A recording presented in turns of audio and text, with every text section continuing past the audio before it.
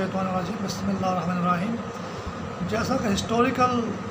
Conspiracy events اور situation کے لحاظ سے گفتگو چل رہی ہے اور ورلڈ انگیج ایشوز زیر بحث لائے جا رہے ہیں، کل سے سٹینک نیٹ ورک جو ہے وہ انویزیبلی میرے کو بار بار یہ ٹارچر کر رہا تھا کہ ہم نے جو ٹویٹر پر سوشل میڈیا میں پچھلے سال دسمبر میں ایک پورا پروپیگنڈا مہم چلائی تھی کہ اپنی تاریخ پڑھ کر دیکھو، ہماری صحافیوں کے ذریعے، ہمارے لوگوں کے ذریعے، کہ امیر عبداللہ نیازی صاحب نے ایک دن پہلے تو کہا تھا کہ ہم آخری دم تک لڑیں گے، گلی کوچوں میں لڑائی ہوگی، بارڈر پر لڑائی ہوگی۔ دوسرے دن اروڑا کے ساتھ جو ہے سائن کر دیے ایگریمنٹ پہ، اور جو ہے نیازی کے سر پر کالی ٹوپی تھی، وہ جو فوجی ٹوپی کالے رنگ کی تھی۔ اور تاریخ پڑھ کر دیکھو، یعنی کہ اپنی نوجوان نسل کو بول رہے کہ تاریخ پڑھ کر دیکھو، یعنی کہ مینٹلی طور پر ان کو یہ بات ان کے ذہنوں میں بٹھا رہے ہیں کہ آپ کی تاریخ اتنی زیادہ جو ہے ہم نے تباہ کر دی ہے، اور آپ اتنے تباہ شدہ لوگ ہیں، اور ایسے ہی بن کر ذہنی طور پر ذہنی غلام بن کر رہو۔ تو اس بات کا بڑا دکھ ہے۔ اور امیر عبداللہ کا جو انہوں نے سر کاٹا ایسٹ بنگال میں، یہ قائد اعظم محمد علی جناح کا وہ سر کاٹنا چاہ رہے تھے، جو ابھی تک کاٹ نہیں سکے ہیں۔ اور اس کی قبر کے اندر انہوں نے جو ہے نا فحاشت کا کاروبار چلایا ہوا ہے، شیطانی جال جھگڑا قبرستانوں سے جو ہے، لیکن ابھی تک بھی وہ مردود ناکام ہیں۔ اور قائد اعظم کے ساتھ وہ ہیں یحییٰ خان صاحب جو ہیں، ان کا وہ نام استعمال کرتے ہیں، یہ نیازی اور یہ یحییٰ خان جو ہیں،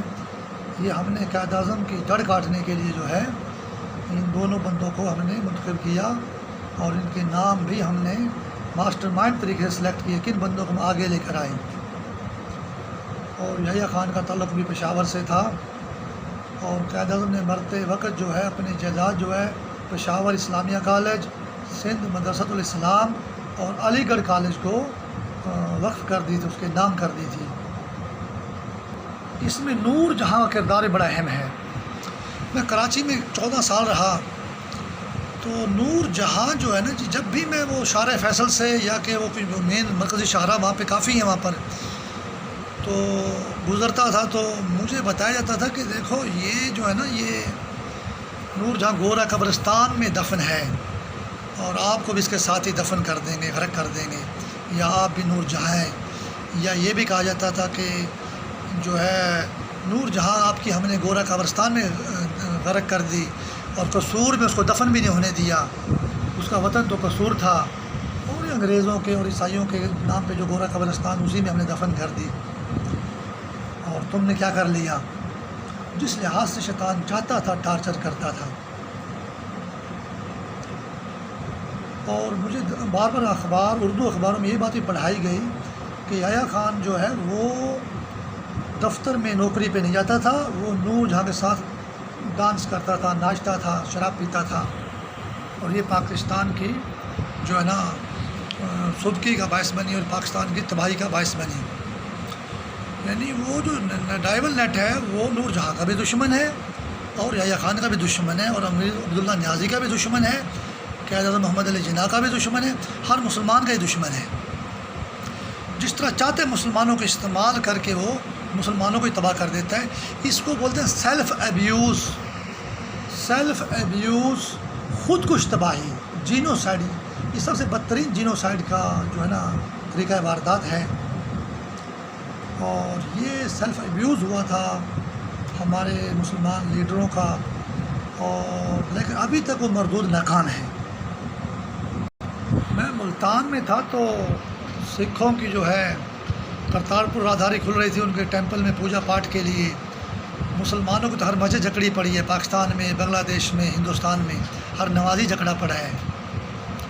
اور کیسے دھوکہ دیتے ہیں کہ یہ ہم اقلیتوں کو جو ہے آزادی دیتے ہیں عبادت کرنے کی، جب مسلمان اکثریت جو ہے وہاں بھی دوسری بڑی اکثریت ہے، ہندوستان میں 40-45 کروڑ ہیں، بنگلہ دیش میں 30 کروڑ ہیں، پاکستان میں 20-25 کروڑ ہیں، یہ اکثریت تو جکڑے پڑے ہیں، مسجدیں بھی اور نمازی بھی، مرد بھی عورتیں بھی۔ سکھوں کو کون آزادی دے رہا ہے؟ جس شیطانی جال نے مسلمان اکثریت کو جکڑ لیا ہے وہ پاکستان کے اندر سکھوں کو مذہبی آزادی دے رہا ہے، یعنی سکھوں کے ذریعے مسلمانوں کو جکڑ رہا ہے۔ اور یہ قادیانی مرزائی بھی سکھوں سے ملے ہوئے ہیں، ایک ہی شیطانی جال کے استعمال ہونے والے کلپریٹس ہیں۔ تو میں ملتان میں ہائی کورٹ میں تھا، تو میں تیسرے فلور پہ کسی وکیل سے ملنا چاہ رہا تھا، تو اس میں یہ وہ کہ وکیل نہیں تھا میرے خیال میں، تو وہ تار بار بار میں ٹکرا رہی، بجلی کی تار، کالی تار میں کو بار بار ٹکرا رہی بجلی کی، کرتارپور راہداری،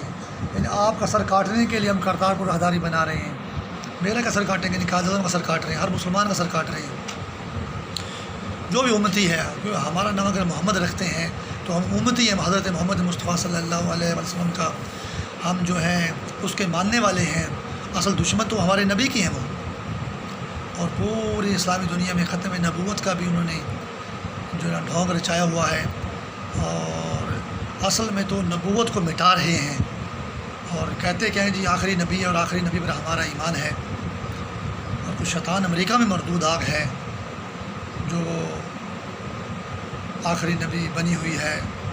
اور اللہ تعالیٰ بھی بنی ہوئی ہے، توبہ نعوذ باللہ، اور اللہ کا اور نبی کا نام مٹا رہی ہے۔ ایسا ظلم ہے یہ۔ تو بہرحال میں ایک دفعہ نصرت فتح علی کی قوالی سن رہا تھا، اور بھی تو وہ انڈیا کے بارڈر کے پار کوئی نجیب آباد انڈیا کا ریڈیو اسٹیشن ہے، یا سری نگر ہے، یا کوئی اور بھی بڑے ریڈیو اسٹیشن ہیں انڈیا کے جو ہیں، وہاں سے نصرت فتح علی چلایا جا رہا ہے۔ یعنی میرے کو یہ بتایا کہ پاکستانی شہری ہے، پاکستانی سنگر ہے، اس کو تو چور کر لے گئے، محمد رفیع کو تو چور کر لے گئے، بڑے نامراد نیٹ ورک ہے یہ جو ہے انڈیا اور ڈائیو نیٹ والے جو ہیں، وہ اس کو چور کر لے گئے، اور چورنے کے بعد جو ہے یہ مشترکہ طور پر نامراد ہیں نیٹ ورک، ڈائیو نیٹ والے بھی اور یہ انڈیا والے بھی جو ہیں۔ اچھا، لیکن نصرت فتح علی کو چور تو سکے نہیں، وہ پاکستان کا شہری تھا، پاکستان میں پیدا ہوا اور پاکستانی رہتے ہوئے وفات پا گیا وہ، لیکن وہ شیطانی جال جو ہے مجھے انڈیا کے ریڈیو اسٹیشن سے نصرت فتح علی کی قوالیاں سنا رہے ہیں کہ نصرت فتح علی جو ہے یہ انڈیا کی طرف ہے، آپ کی پاکستان کی طرف نہیں ہے، یہ بارڈر پار سے ہے، اور پاکستان کے تمام مسائل کی جڑ وہی ڈائیو نیٹ ہے، اسی نے پاکستان کو 2 ٹکڑے کیا، اس نے ہر شعبے میں کرپشن پھیلائی، ہر شعبے میں اس کا کنٹرول ہے، سرکاری ہیں یا کہ پرائیویٹ ہیں، ریڈیو ٹی وی اخبارات میں اس کا کنٹرول ہے۔ اتنے ظالم ہیں پاکستان کے بارے میں یہ لوگ، اللہ تعالیٰ ان کو امریکہ اور یورپ کے اندر ہی نیست و نابود کرے، یہ وہیں کی مردود آگ ہیں۔